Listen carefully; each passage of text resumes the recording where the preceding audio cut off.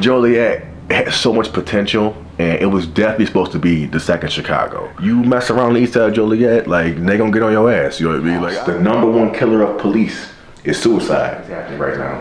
One black male suicide is rising. Being black and wanting to be intellectual, it took a long time for me to actually embrace it. Like, the black mind is not respected, especially in the art world, at the level that it needs to be. That the black body is the most important and most powerful body that's ever graced planet Earth. Right? When they say Jesus was sacrificed for our sins, you know what I mean? It wasn't like they asked him, it was nice, you know what I mean? It was brutal, right? Yeah. It showcases the real harsh realities of white supremacy because the eyes are closed to the reality of what's going on in the world, but the mouth is open, right?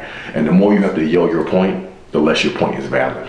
Is this something Hitler would say or something Jesus would say? How we get stifled?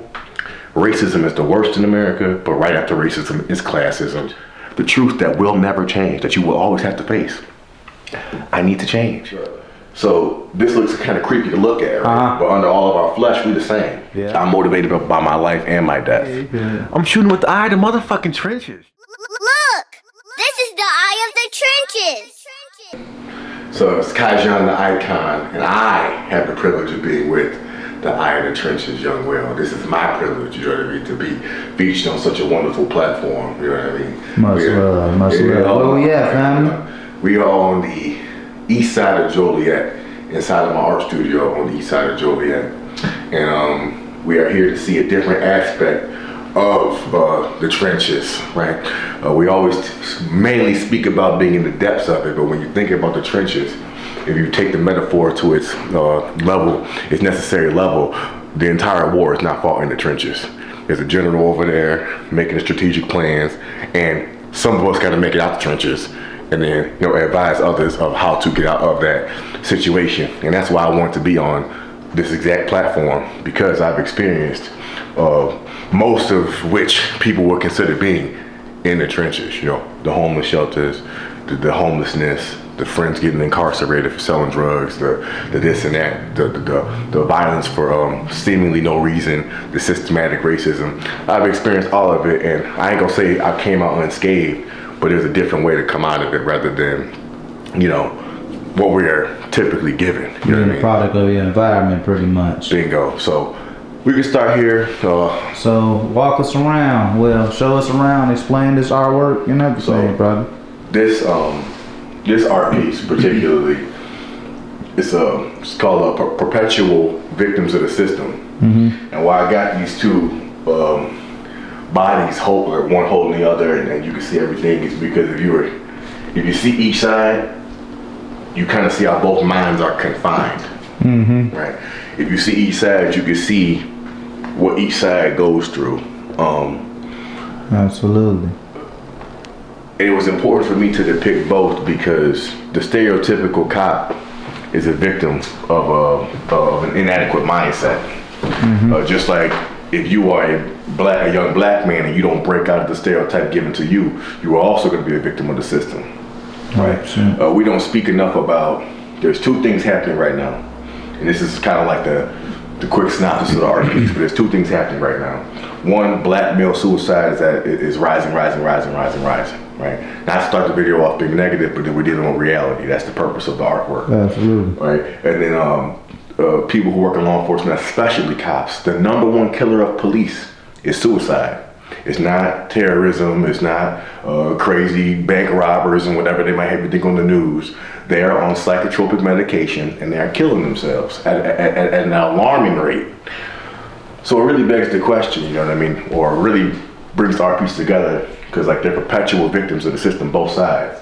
With the same outcome almost. That's the point, you see, and that's why they are merged together. If you look at the middle of the art piece, super important. When you look at anybody through a thermal scanner, you don't even know nothing really about them besides that they got a heartbeat. That's why I got that in the middle to encapsulate. Really, this is just two misguided people for the most part. Absolutely. You see. And I do want to move on because I could talk about every art piece for 9 hours because I'm a collage artist, right? So a picture's worth 1,000 words. So I use like 1,000 images to make one image. So I can talk about each piece forever because everything does mean something. There's so much on here, that, like even from the scar on the brother's arm. So you get it. You get it, you know. Side note, super side note, you know, whenever you do things, people are like, oh, that's so interesting, da da da da. I spent $170 on each one of these arms. You spent $170? On each one of those arms. And it's funny because when they came, like if you're one of my neighbors, you think I'm weird. Like, why is he waving 2 arms? I was so happy when it took them, they special custom made from a dude who made he does special effects.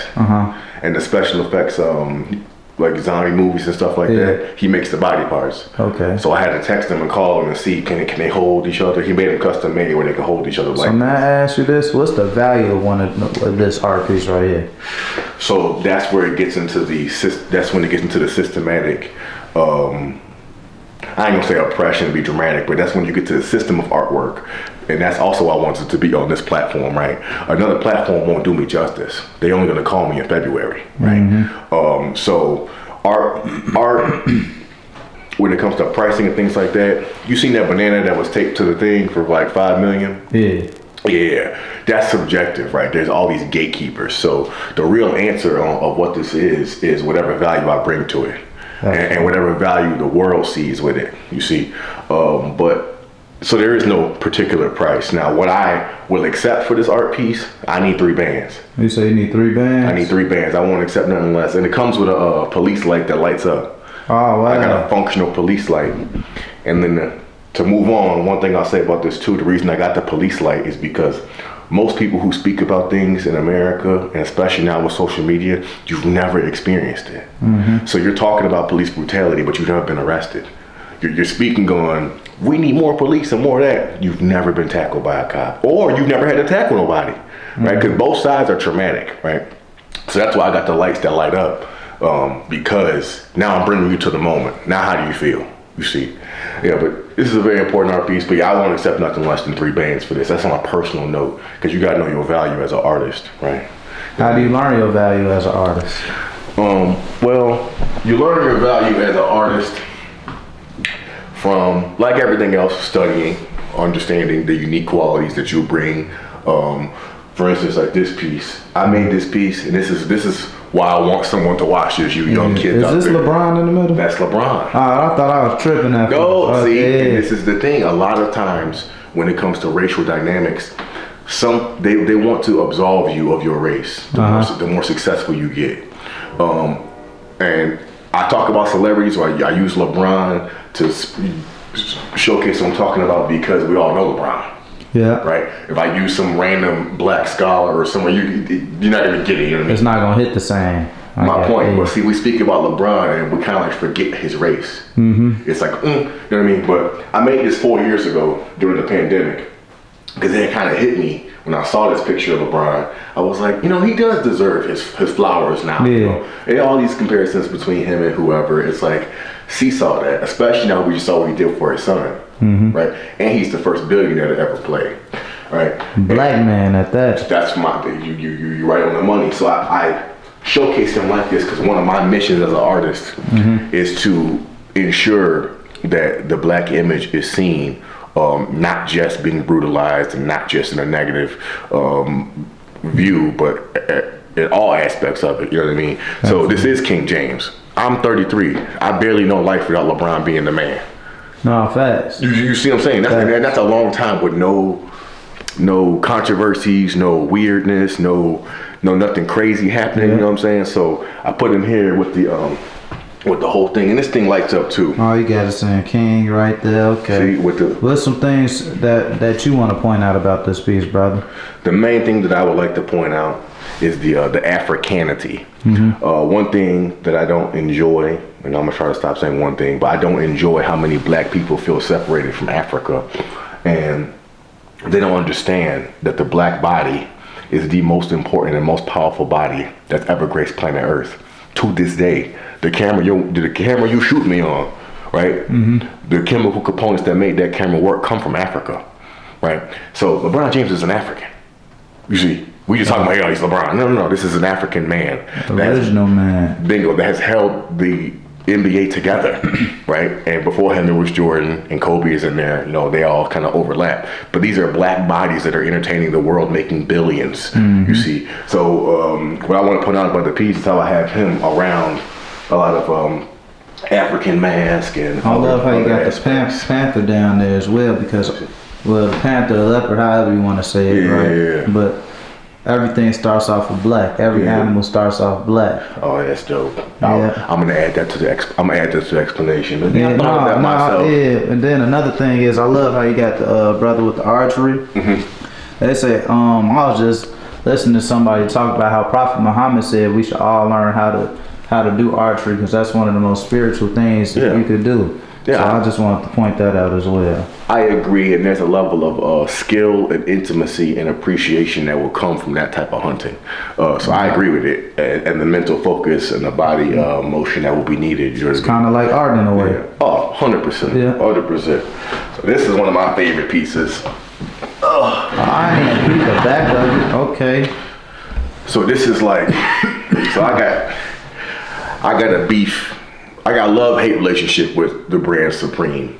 As an artist, when I observe Supreme, I'm like, the fact that they could simplify something so much, but then charge so much. Because I'm gonna stop saying it. When you get into this creative space, when you can simplify something that's so complicated, that's when you're really hitting your stride. Like, that's when you're spitting. That's when you're really working on something. When something is so simple, but it's super complex at the same time. So that's like the brand Supreme really pulled that off. Like, absolutely. It's a $300 t-shirt, so you know if I'm wearing it, you know I got it. You know what I mean? But I'm really not doing too much, but I'm doing a lot at the same time. And the word means supreme is... You see? Yeah. However, the value of that and the thought process behind that, I can't really rock with it. Like the capitalism, the consumerism. Like, why you spend $300 on a shirt and your credit score is 500? Like, come on, the priorities is like, you know what I mean? So anyway, I got a love-hate relationship with Supreme. You know? So I got this because I made this because I wanted to kind of show what goes on in the average black man's head, you know. So if you look at the collage all around.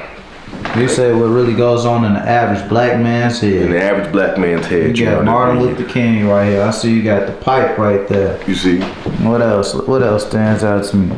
We ain't going nowhere. We protest way too much. We got Malcolm X. Am I not a man and a brother? Okay. What else is on here? Is that Tupac down there? I think it is. For him? No, that's not Tupac. No, I'm talking about right here. Who's that? No, that's from there's a book. You know, I'm a collage artist. I have 1,000 books. I'll show you the books over there. Okay, cool. But it's from like a prison industrial complex breakdown book. Okay, so they call it super predators. So that was a super predator, you know what I mean? A thugged out super predator, that's what that was. This is one of my favorite art pieces just because, look at the face Sosa, real quick. You got Tupac. Look at the face real quick, you see. So this is one of my favorite aspects, right? Sometimes when I create, why I love my artwork and why I'm not afraid, because sometimes it's not cute, you know. Too many people, if you go to the Black Boy Art Show in Chicago, right? Everybody will paint like Martin Luther King with a gold chain or something. You know what I mean? Like something safe, you know. So if you look at this is like creepy, right? Yeah. But under all of our flesh, we are the same. Say that one more time. They gotta know that. Good. So this looks kind of creepy to look at, right? But under all of our flesh, we the same. Yeah. Right. So when you take away your good looks, you an eyeball, you a teeth, you a nose, right? So remember that we all the same underneath all that. But on the other side, remember I said this is a black man. That's an African mask. Yeah. And I really want more of us to just understand that. I'm not saying take a trip to Ghana every 6 weeks. I'm not saying be dramatic, but overall understand there's a connection between all of us. Besides our humanity, it's also our Africanity at the same time. You know? Absolutely. So yeah. This one, give me a real quick shot of this one. There's not too much to say about this. Muhammad Ali. It's Muhammad Ali. Now, I done had this one for like 4 or 5 years. I never even showed this to the public. You know, it's got a special place in my heart because I like to make furniture. Because even me, in my own mind, I got to be functional. As a black man, a black person, I got to have a function, got to have a use. So I make furniture. This is just, you know, some storage. But quick story about Ali. They don't really explain that he went to jail. Like when you were a kid, they don't explain to you why he's considered the greatest. Yeah. He went to jail, came out, and they got the belt back. You know what I mean? Yeah, because he was a Muslim and he didn't want to fight. In that war. Yeah. In the war that we all kind of agreed was not a good war. You know what I mean? All the wars weren't good wars, though, if we're being honest. Yeah. My only pushback is that war is a part of human society for millions of years. It's unfortunately something that we all partake in. It's never right. No, I'm saying, but the reason we are going to war. Yeah, but I'm thinking just as a part of human society. Unfortunately, you can't name a country that has not been in a war. If you want peace, you got a war to have peace. Unfortunately, you know what I mean? So I don't agree with it. So I hear what you're saying. Like, I've never agreed with none of them. World War, none of them. Vietnam, war in Afghanistan, and none of them were particularly necessary. You know what I mean? But war in itself is a part of what we do as humans. We can't escape it. 100%. This one also is aging pretty well. That's another thing too. Why I'm so happy you're here making this video, because we scroll so much. You just scroll. You might have seen the greatest piece of artwork you ever seen. You know what I mean? But you scrolled it. You saw, oh, that's cool. You scrolled it. The physical medium of the artwork. Like, I got artwork that I didn't even like that much when I first made it. But year 5, I'm like, yo, like, that's hard. You know what I mean? Like, or something will happen in the world where now you can really appreciate my own work, you know. So this one, if you look in Michael Jackson's eyes. It's a black baby. Bingo. And then it's another black man getting tortured by the police, it looks like. And as I get older and I look at Michael's whole image, because now, you know, he's passed away, so you can kind of see more. Now that I see Michael's whole image, I see how much he really did care about us, right? He never really traded in his blackness, you know what I mean? Absolutely. Physically, his skin became different, but as far as his content, you know, if you go back, a lot of powerful content that he didn't necessarily need to make, you know? A lot of artists, if you're watching this and you're an artist, rapper, content creator, whatever, there's like there's a decision you gotta make. You know what I mean? How true are you really gonna be? You know what I mean? Because the art should outlast you if it's that magnificent. It should outlast you. Okay, what are we gonna remember you for? And this is when I get problems with certain artists nowadays, and I sound bougie, or I sound like an old man complaining. But it's like, Michael's gone. You could play Man in the Mirror right now, and if you really listen to that and you really are in that space, maybe you're alone or whatever, you can cry thinking about that. And to uplift you at that. You see what I'm saying? So I know you're pressed for time. No, you good. No, somebody just started calling me. Okay. So this is one of my personal favorites. This is a little glare. Are we able to put it like this way real quick? Still good? Yeah, we good now. So this is one of my personal favorites. Got Michael again. I see you got a lot of inspiration from Dr. King, it seems like. 100%. One of my favorite Dr. King stories, which you got to go to the archives to hear, because anybody who's in the public eye for long enough, usually their story is way more intense than what you hear. Absolutely. You get the bullet points. So a lot of black people where he was at, I forgot the state he was in, but they didn't like how he was approaching the protesting. They're like, let's go, you know, balls to the wall. Like, let's just blitz him, you know. But he was like, no, he's a clergyman, you know. He's a pastor. I forgot. I don't want to misquote. Pastor, bishop. Yeah, I think he is one of those. He was up there. He was a high-ranking religious person, right? He had some decorum. So he agreed with the sheriff, he agreed with the judge, hey, we're going to protest over here. We're going to have, I think they allowed him to have 300 people. And he had them kind of sign up, the church people. They agreed to just protest here. This is what makes Martin Luther King. He agreed to do it that way. From no fault of his own, 3,000 people showed up. Right? And that's when society realized, oh, this brother is different. He agreed to 300. He didn't make 3,000 people, but once the word got out where he was at, everybody came to support what this man had going on. So I'll always bring him in there because he shows the power of humanity when you are properly oriented and doing the right thing. There is hope there, you know what I mean? But I love making stuff like this just to bring your brain in both of those directions. Like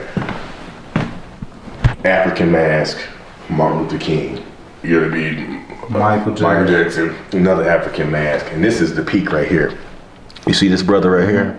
He's that's a cell house. And this is a brother in Egypt.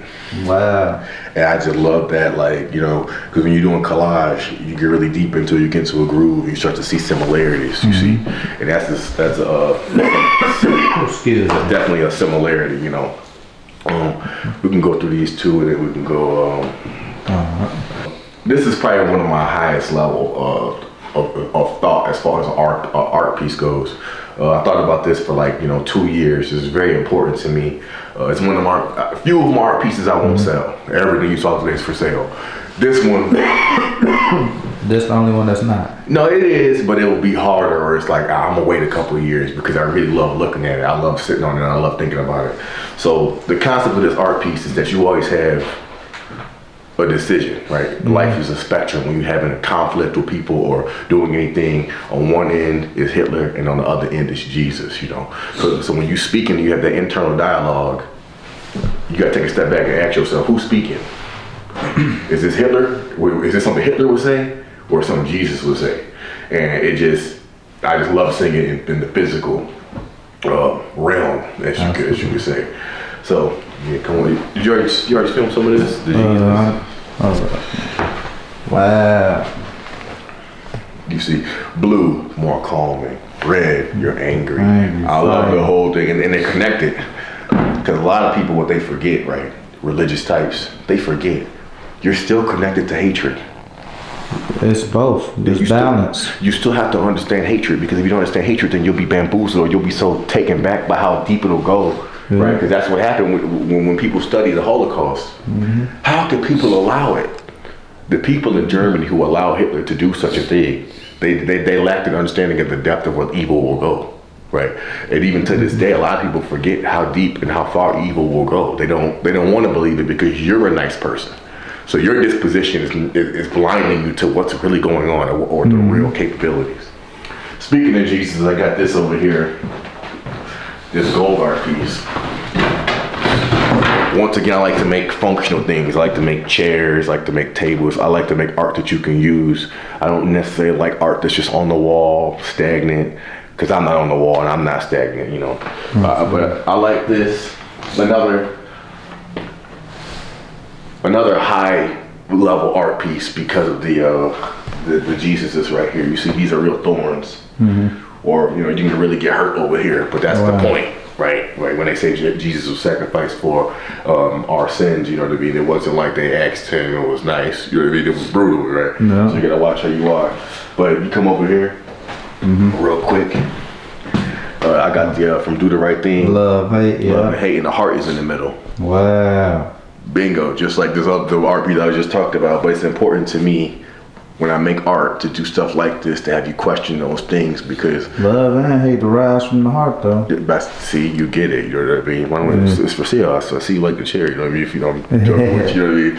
But it's important to make stuff like this too, not just stuff that is easily digestible, or not just make things that are pop culture references, you know what I'm saying? Like, because a lot of the time the black mind is not respected, especially in the art world, at the level that it needs to be. And that's one of my fights that's gonna be around forever, right? I can do this forever, because I want to inspire others to, you don't gotta just, like I was talking about earlier, paint Tupac, you see. You don't gotta just be a rapper. Like, there's more creative elements to life than just what you're told you could do, especially given the few lanes that black people are given. Does that make sense what I'm saying? 100%. Even though we create all lanes, we created the roads. For sure. Yeah. Now this is where people laugh at me. I got this made. This was my grandma, my mom, and then my baby. Wow. Yeah, it's an image put together. I got that for Christmas. Put that down. But this is where people laugh at me, because I make thrones. But it's something about sitting on the throne, you know what I mean? We all have a perspective that it ain't finished at the top, but we all sit at a different perspective of life. Yeah. And that's one of the reasons I make thrones, is because you're forced to sit up. I can't even slouch in this. I can't do nothing in this but look alert. I can't do nothing in this but look forward. I can't do nothing in this but look like I got something going on for myself. 100%. And it's important to me, for anybody who might buy this, or anybody who sees it and they like what they see. That's what I want to push upon the next man, is sit up straight, focus, look forward to a better future. You know what I mean? And as I say that, if you look at the collage, I got it all redded out. And there's different skulls, from the black skull to 100%. And the reason that I had, you looking forward, like everything I just said about looking forward to the future and all that, is because most of the time for us who are in the fight going forward, a lot of this is behind us. A lot of understanding of death, a lot of loss, a lot of contemplation. There's the brain right there. A lot of understanding of birth to death, right? Because that's really what should motivate you. People ask me, how do you make so many art pieces? Or how do you do this and do that and do this? I'm motivated by my life and my death. There was a study that they said if you put the smell of cheese or like food in a mouse maze, right? The mouse will run around that maze for a long time to get the cheese, Wow. right? But eventually it stops. It's full, it's da-da-da. But if you put the smell of the cheese and the smell of a cat, right? It's continuously motivated because it wants to eat, but it also knows that there's a cat around, right? So it's motivated by its life and death. Just to explain the analogy further. Wow. No, that's deep right there, for real. Yeah. I appreciate it because we are all motivated, or you should be, right? So for me, sometimes when I want to sleep, but the art piece is on my mind, I'm like, no, I gotta do that. They say sleep is the cousin of death. See, you know what I mean? You never know, And he stopped talking articulate right there. He said, yeah, because it's real though, you know what I mean? Because we could die right now. Lightning could strike me right now. You know what I mean? Now what happens with that idea? No, and the thing with art, you talked about pricing art earlier. Now this is the conundrum that God does, right? Yeah. He laughs at us. He has a sense of humor, So you live your whole life. You making artwork, you know what I mean? Cool. Something happened to you. You 56, you 70, whatever. You passed. You just was old. You just had this stuff for years. Your daughter posts a picture. Oh, what do I do with this? My dad just died. R.I.P. Somebody call her. How much you selling that for? Now you're a world famous artist, but you dead. Like that's how God does it. You know what I mean? It's bizarre. You know what I mean? So yeah, let's move on. I got I think 2 more art pieces. Okay. Okay, what's it? So this is when I talked about how art ages the right way, right? So I made this in 2020 I made this, right? One thing that I don't partake in anymore is certain levels of debate. I don't partake in certain levels of debate with anybody anymore or as often because most people do not want to change their mind. Yeah, they want to stay where they at. And I realized that I'm weird. I like to change my mind. If you could tell me something right now. I ain't gonna lie, that ain't weird. I feel like that's smart. A wise man learns from everything. If wise people weren't rare, you see, the world would be completely different. You know what I mean? Well, you got a point. I guess you are weird. Yeah. But I embrace it. And that's another reason why I want to be on Eye of the Trenches, because there's a lot of, when I was younger, being black and wanting to be intellectual, it took a long time for me to actually embrace it. Like, it took a very long time. Nah, because they act like you a goofy for wanting to be that way, bro. You have no idea the things that I've experienced because of that, you know what I mean? And I look back, and I had, as a matter of fact, I'm going to send him the clip. My boy Daniel Thomas, when I was like 18, 19, I had said something about his jeans, right? I was like, oh, your jeans, whatever, right? He was, oh yeah, I do think you're a genius. I was like, back up. I was like, what did you say to me? He was like, no, I think you're a genius. I was talking about your genius, but what do you mean? And then he explained, he's like observing you, being your friend, knowing you all these years, all the things that you've done, all the things you probably gonna do. He's like, I respect you for the way you think. Never heard that in my life. You know what I mean? So, but whatever. As far as that, that's why I want to be on your platform too, because there's more of us out here. It ain't just people, what they say, flogging. People thinking they're tough. It ain't just that. You know what I mean? It ain't just people who need to be reformed. There's other people out there, But back to this real quick, because this is one of my most famous art pieces. Made it in 2020, 2021. And the reason I made it, because I wanted to argue with nobody. Look at the photos and you tell me when America was great. Right, so you can time travel with this. I'm taking you on a time travel journey. 1860s. Hold on, go back up. To 1860s. Okay. Right. 1960s. Okay. 1980s. 2020s or 2020, and beyond. And you can just see the subjugation. You can see how it evolves. You can see how America's never been great for us. my point, right? You can see how the evilness just keeps transpiring. And I don't need to speak. I'm not angry about it. I'm not crying. I'm not holding up a sign. And I love artwork. It can age. So now we see what's happening right now. And if you look at this, his eyes are closed, but his mouth is open. You see, and that's the real scary aspect of white supremacy. Is that the eyes will be closed to the realities of the world, but the mouth will be open.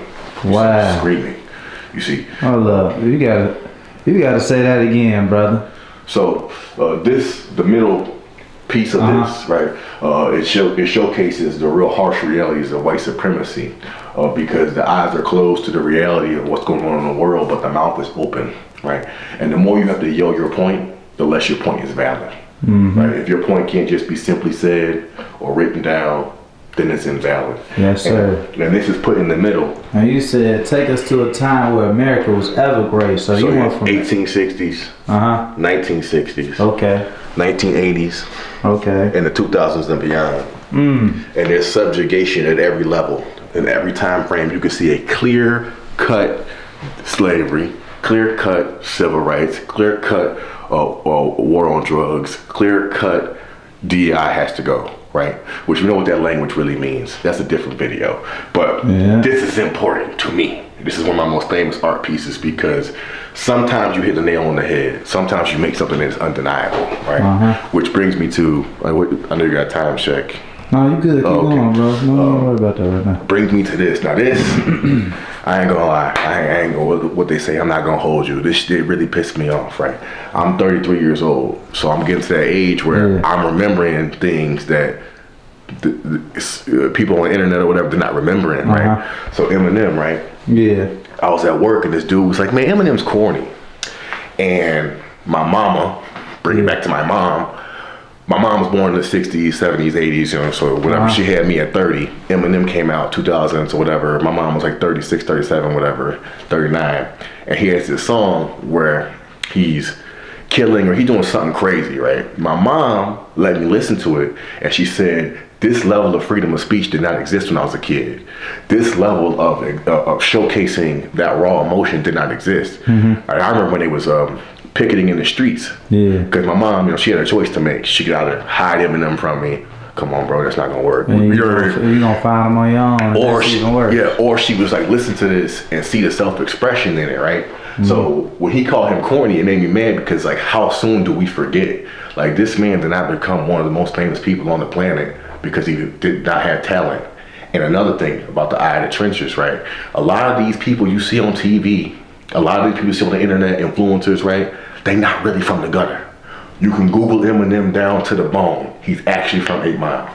He actually was in school getting beat up. His mom actually gave him prescription drugs he wasn't supposed to get him. He actually was in foster care.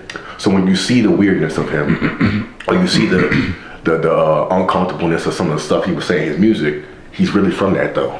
It's not an act. That's made him that way though. You see, so I identified my whole childhood, adolescence. I identified with Eminem, not all of it, because some of it is too crazy, but I identified with what my mama told me to identify with, the self-expression. This is a voice you don't hear often. Facts. Because even how we get stifled, racism is the worst in America, but right after racism is classism. Poor white people don't hear nothing, right? Their voices aren't really heard. Poor people's voices are not heard in America. Simple. There you go.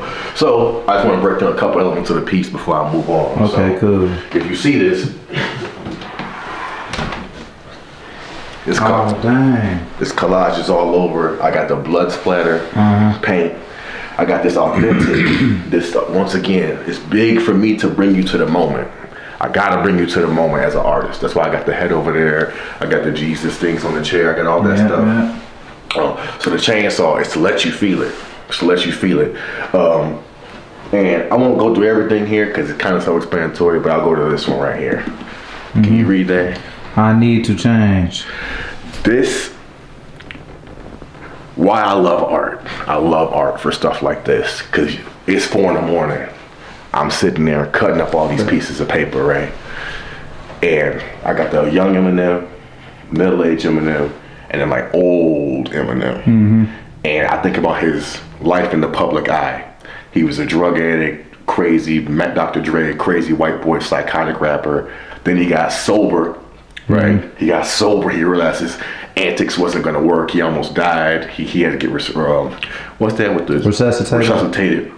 Right, and we've yet to see him be old, but he's gonna get there. And it just makes you think of how my life as well. That's why I love it. Cycles. You see what I'm saying? Because younger me, running with guys who, if like right now, I would never do that. Risking my life for one of my guys or my boys or whatever, I would never do that. Treating women a certain way, I would never do that now. I would never do that. You know? Now I'm closer to this, like, got a little wisdom, moving a little bit different. You know what I mean? But one day I'll be old and gonna have to look back. And the truth that never changed, the truth that will never change, that you will always have to face, I need to change. People ask his oil change right there too. See, look at you connecting the dots. I like that, you know what I mean? But this, I'll be driving and think about this. Like, damn, I need to change. Yeah. I'll get an argument with my girl. Damn, I need to change. You could have did that better. Self-reflection. You see, it's forced upon you whether you like it or not. So as you look at an artist like Eminem and say, he's corny, or you look at anybody and you judge them, it's like, at that moment right there. This piece look like it's heavy, boy. It's decent. It's decent. So that's really all the art pieces I wanted to show. I do want to show this too. This isn't just for people's entertainment. This is also for me to look back at when I was cool. So what would you tell yourself 5 years from now when you watch this again? Well, hopefully I make some more money off this. So I would tell myself, hey, hopefully you make some more money. But come look at look at this real quick. Okay, cool. Because see all these books? I want to show all the books I got. You do a lot of research, I see, bro. Well, these are picture books, and I'm doing this too because a lot of people think when I make like the Unity chair, the one that I made for Golden Child. Shout out to Golden Child, appreciate it. Big Unity, appreciate, love what you do. I had to make that chair because it was speaking to me at like a spiritually deep level. You know what the brother is trying to accomplish, what the Unity movement is trying to do. Some of them pictures are from the Instagram posts. You probably even took some of them pictures, right? But some of them, there's actually a book from the 90s, and there's something about the transference of that energy. So like I took a lot of the pictures from over here. Okay, cool. Like this is a book actually from the 90s. You giving them the sauce right now, bro. Yeah. Well, and this is for my collage artist because it's important because the photographer curated this. He curated this 30 years ago. Wow. You see, I didn't just Google. And think about it, I couldn't even Google black man's hand with like, you know, it wouldn't even make sense, you know what I mean? Sure. So you really got to go to the books. You really got to get in there. You really got to go through it, at least if you're a collage artist, you know. They say do your research, do your homework. 100%. And I had to show it. I had to show this part because a lot of people don't know what goes into it. They see a crisp, clean art piece and they don't understand. Like, it took a lot to make that. It wasn't just like thrown together like haphazardly. Like, it took a lot for that to come to fruition, and that's the same process that you have to go through with yourself, right? So you what's this called when you make it like this, brother? What do you mean? Because that's that same piece out there. Yeah. It's just a poster. I took a picture of it. Okay. And then they made a poster for me when I had a collage art sale. Okay, yeah, I didn't know what to call it, but yeah, that's hard. Yeah. That, you know what I mean? But Joliet has so much potential, and it was definitely supposed to be the second Chicago.